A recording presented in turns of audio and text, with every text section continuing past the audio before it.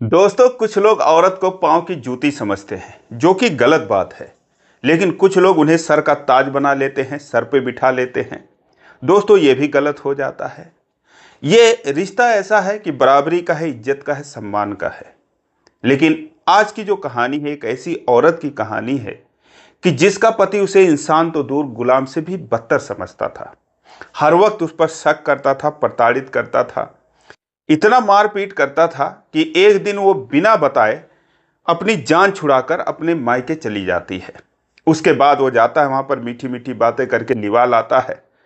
लेकिन उसके बाद उसका वो हाल करता है कि दोस्तों, रात को उसे नंगे पांव भागना पड़ता है। और उसके बाद वो औरत ऐसे यात्रा पर निकल जाती है कि दोस्तों, जिसकी कल्पना कर पाना मुश्किल है। तो क्या कुछ होता है, एक बहुत ही रोचक कहानी है। आइए जानते हैं पूरी कहानी इस वीडियो में। लेकिन वीडियो में आगे बढ़ने से पहले बस वही रिक्वेस्ट, वीडियो को लाइक कर दीजिए, चैनल को भी सब्सक्राइब कर लीजिए ताकि मेरा हौसला बढ़ता रहे। दोस्तों, ये कहानी है उत्तर प्रदेश के बांदा जिले की। एक युवक जिसका नाम सुरेश होता है। सुरेश एक 26-27 साल का युवक होता है। सीधा साधा शांत स्वभाव का था। उसके पास अपनी 2 भैंसें थीं। बाकी गांव के और लोगों के घर से दूध इकट्ठा करता था और वो दूध बेचने का काम करता था। मार्केट में जाते वक्त रास्ते में 2-4 घर और पड़ जाते थे जहां पर वो दूध देता था। तो उन्हीं में एक घर होता है। एक युवक जिसका नाम अजीत होता है। करीब 25-26 साल उसकी उम्र थी। और उसकी पत्नी का नाम नीलू होता है, जिसकी उम्र 22-23 साल की थी। 2 साल पहले इन दोनों की शादी हुई थी।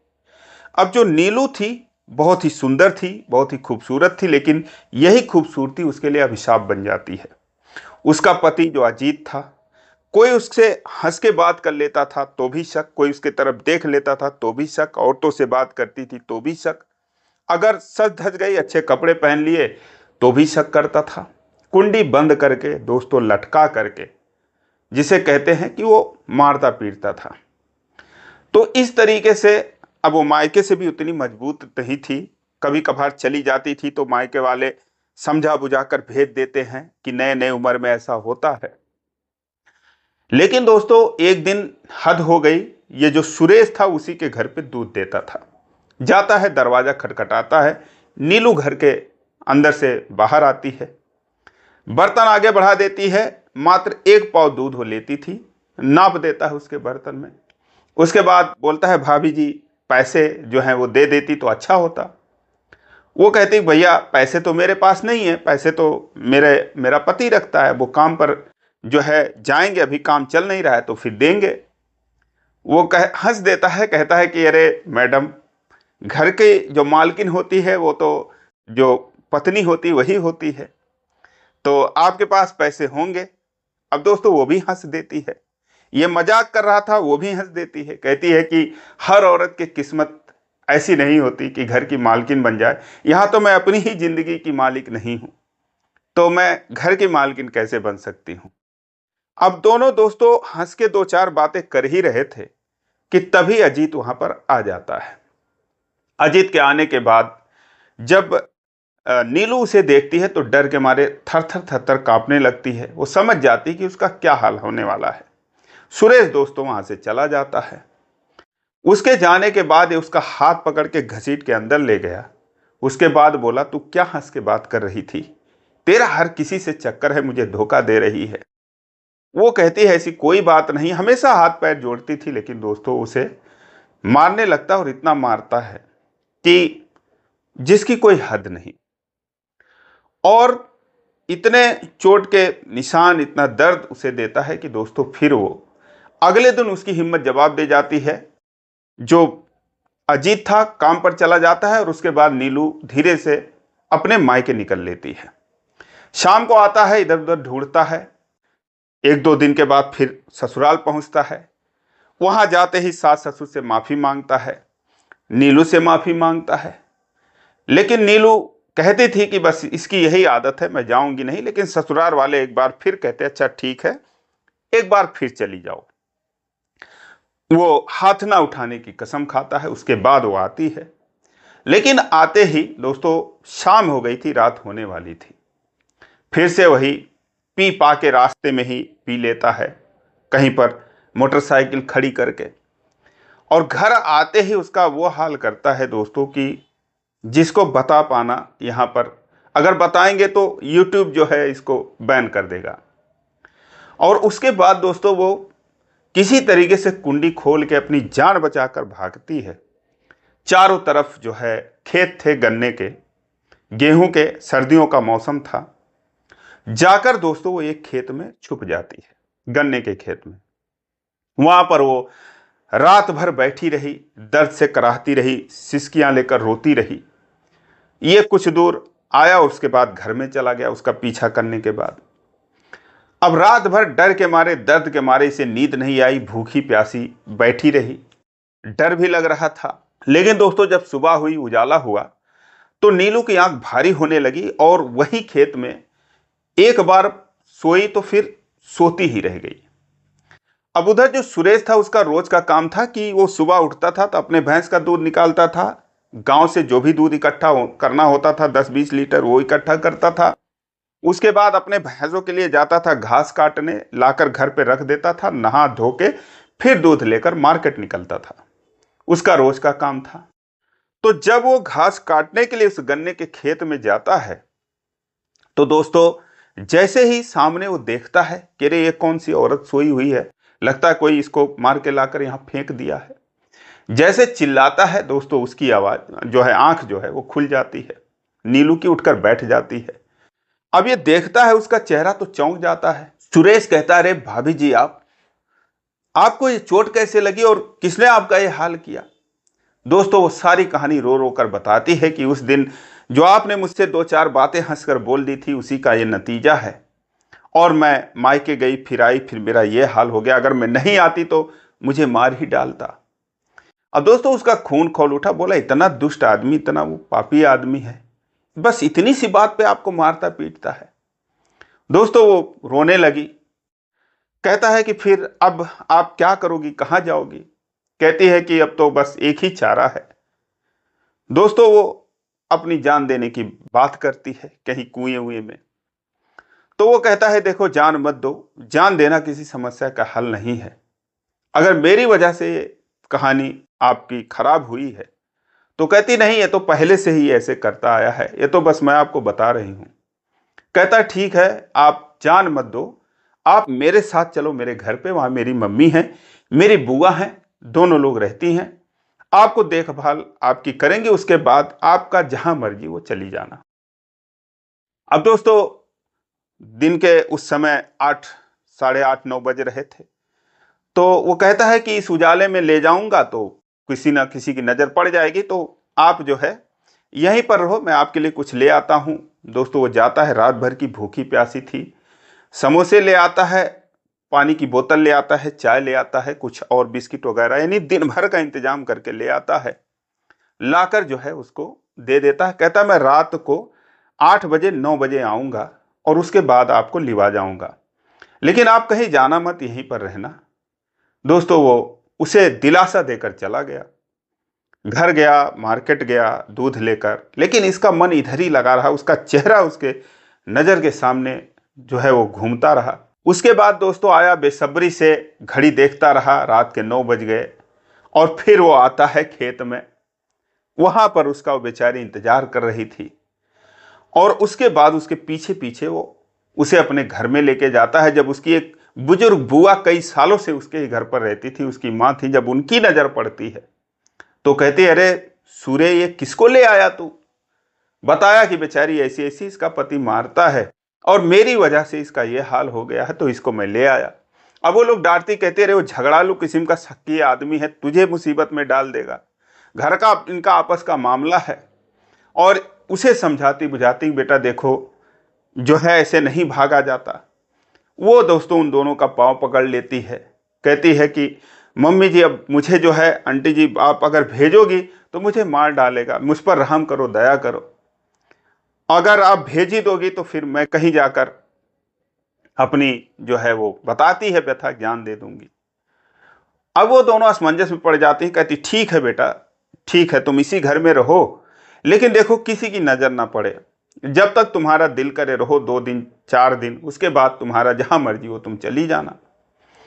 अब वो वहां पर रह गई एक कमरे में, दिन भर उसको ताला मार कर रखते थे और ये लोग खाना पानी उसको वहीं पर दे देते थे। लेकिन दोस्तों उसके शरीर पर इतनी चोटें थी कि उसका दवा कराना जरूरी था। फिलहाल जो सुरेश था दूध लेकर जाता, उसके लिए दवा ले आता, खाने पीने की चीजें लाया, मलहम लाया, फल फ्रूट ले आता, जूस ले आता। इस तरीके से ला ला कर दोस्तों उसको वो खिलाता पिलाता रहा, मलहम लगाता रहा, गर्म पट्टी वगैरह बांध दिया, हीटर वगैरह ले आया सेकने के लिए। अब दोस्तों जब वो उसे देखती तो उसके आंखों में आंसू आ जाते। जैसे ही आता वो ताला खोल के अंदर जाता, उसका हाल चाल लेता। एक दिन उसके जख्म पर मलहम लगा रहा था तो वो रोने लगती है। वो कहता क्या हुआ भाभी जी? कहती है कि यही शरीर है, एक इंसान इसको घाव देता रहा और एक तुम हो बिना किसी स्वार्थ के जो है इस पर मलहम लगा रहे हो। रोने लगी, उसके आंसू वो पोंछता है। कहता है कोई बात नहीं, क्या करोगे?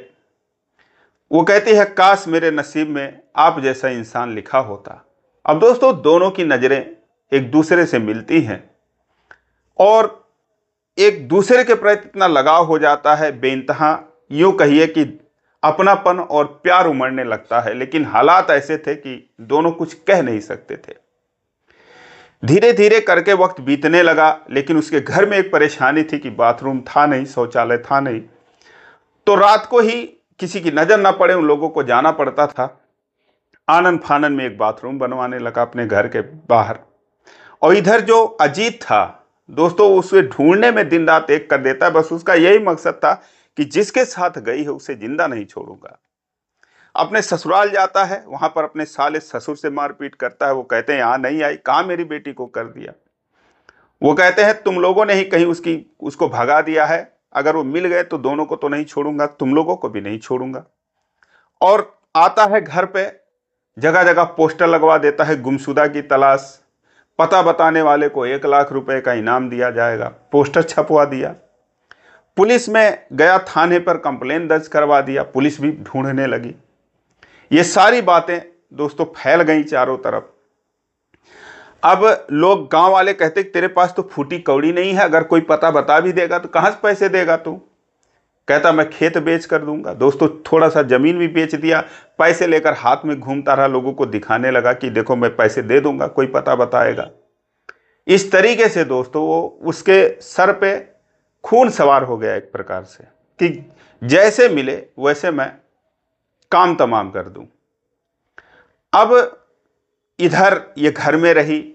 अब लोग सोचते कैसे इसका काम हो रहा है, कैसे कमरे में ताला बंद रहता है, तमाम पास पड़ोस की औरतें, ये सब 20-25 दिन बीत गए, किसी को पता नहीं लगा। लेकिन कभी ना कभी दोस्तों, कितना दिन छुपाए किसी इंसान को छुपा सकते हो, भी जिंदा इंसान। कपड़े वगैरह छत पर उसके सूखते थे। कभी कभार किसी की नज़र पड़ गई कि 2 बूढ़ी औरतें हैं, ऐसी साड़ी ऐसा सूट तो पहनती नहीं है, क्योंकि कुछ कपड़े भी खरीद लाया था सुरेश। तो एक दिन एक पड़ोसी को शक हो गया, एकदम 100% यकीन हो गया। वो चला गया अजीत के पास, बोला भाई तेरी बीवी लगता है सुरेश के घर में है, फला गांव में, बगल के गांव में है। अब इतना सुनते ही दोस्तों उसका तो पारा 7वें आसमान पर हो गया। वहां से वो आता है सुरेश के घर पर, धमक पड़ता है, कहता मेरी बीबी तेरे घर में है, निकाल उसको। वो कहता तू होश में तो है, क्या दिमाग खराब कर रहा है, तेरी बीबी यहाँ कैसे रहेगी? वो कहता मुझे पता लगा है, खबर लगी है। घर में ढूंढने लगा। अब उस घर में ताला लगा था। कहता इस घर के अंदर दिखाओ। कहता मेरा घर है। कहता ताला क्यों मार रखा है? कहता मेरा घर है, मैं ताला मार के रखूं या खोल के रखूं, तुझसे क्या मतलब है? दोस्तों वो जोर जोर से पैर उस दरवाजे पर मारने लगा। अंदर जो नीलू थी दोस्तों, कलेजा उसके मुंह को आ रहा था डर के मारे। सोचती अगर खुल जाएगा तो ये मुझे भी मार डालेगा, सुरेश को भी नहीं छोड़ेगा, इसके घर वालों को भी नहीं छोड़ेगा। उसकी आदत वो जानती थी। लेकिन सुरेश जो था उसे वो धक्का देकर बाहर कर देता। कहता भाई मेरा दरवाजा क्यों तोड़ रहा है, अभी मैं पुलिस बुला लूंगा। कहता तू क्या पुलिस बुलाएगा, मैं खुद बुला लूंगा पुलिस। वहां से निकलता है, सीधा चौकी पे पहुंचता है और कहता है साहब ऐसी सी बात है, मेरी पत्नी जिसे हम लोग ढूंढ रहे हैं वो उस फलाने के आदमी के घर में है। अब उसके पास पैसे भी थे, पुलिस को कुछ खिला देता है। कि अगर उसके घर में मिली तो सबसे पहले सुरेश का मार के हाथ पैर तोड़ देना है। पुलिस वालों से कहता है। दोस्तों पुलिस आती है। आने के बाद वो उससे पूछताछ करती है तो पुलिस के आगे उसकी कुछ चलती नहीं। वो ताला खुलवाते हैं और जैसे ही अंदर नीलू दिखाई देती है दोस्तों, अजीत के सर पे खून सवार हो जाता है। वो उसे मारने दौड़ता है लेकिन पुलिस बचाती है। फिर ये सुरेश के ऊपर टूट पड़ता है। सुरेश जो है उससे ताकत में ज़्यादा था लेकिन पुलिस बीच बचाव करती है और फिर इनको पकड़ कर ले जाती है थाने पर। रास्ते में जो है अजीत अपने पत्नी को धमकाता है, कहता है कि तुझे तो मैं छोड़ूंगा नहीं, बस एक ही शर्त पे छोड़ूंगा कि मैं जैसा कहता हूं वैसा तुझे बयान देना है। तुझे कहना है कि मुझे किडनैप करके लाया था, मेरे साथ पिछले 25 दिन से गलत काम करता था। अब दोस्तों वो डर जाती है। अपनी जान किसको नहीं प्यारी होती है। बुरी तरीके से उसे डरा दिया, धमका दिया। जब गई थाने पर, सुरेश का भी परिवार गया, पूछताछ करने लगे तो जैसा इसने बताया था अजीत ने, वैसा ही नीलू ने बयान दिया कि मेरे साथ ये ऐसे गलत करते थे, मैं जा रही थी, मुझे इन्होंने रास्ते से अगवा कर लिया, पता नहीं क्या सुंघा कर। अब दोस्तों सुरेश को काटो तो खून नहीं, ऐसा क्यों कह रही है। फिलहाल उसके बयान के आधार पर उसे हिरासत में ले लिया गया, जेल भेज दिया गया और उसको जो है अजीत के हवाले कर दिया गया। अब अजीत जब उसे घर पे लाता है तो कुछ दिन तक तो वो ठीक ठाक रहा कि चलो इसने मेरे कहने के अनुसार बयान दिया है। लेकिन पुलिस जांच पड़ताल करती रही। जो चोट के निशान थे पुराने थे, जो मेडिकल कराया गया, तो ऐसा कोई गलत काम हाल फिलहाल में उसके साथ पाया नहीं गया।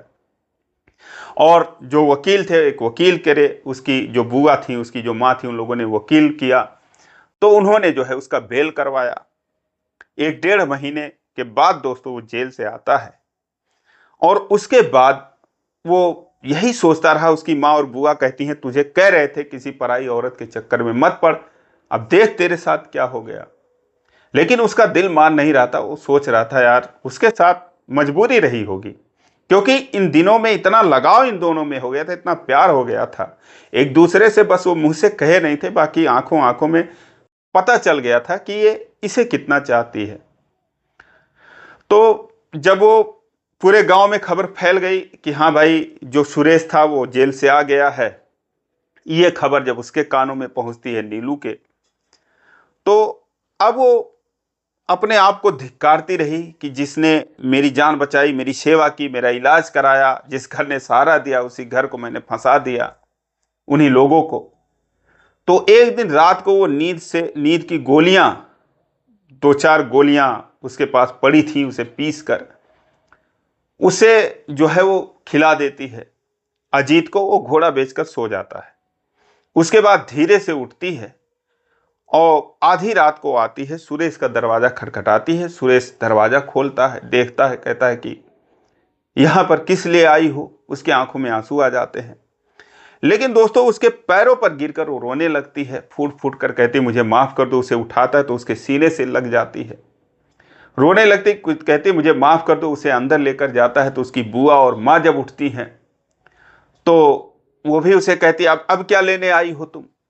लेकिन उनके भी पैर पकड़ लेती है कि माता जी ऐसी मेरी मजबूरी थी, अगर मैं नहीं करती तो मेरा वो गला दबा देता, मैं क्या करती, और इससे अच्छा मैं मर ही गई होती। लेकिन मैं आप लोगों से माफी मांगना चाहती थी, अगर मैं मर जाती तो आप उसके बाद भी आप लोग मुझे माफ नहीं करते। मैं सच्चाई बताना चाहती थी, तो ऐसी ऐसी मेरी मजबूरी थी, इसीलिए मैंने आप लोगों के खिलाफ बयान दिया।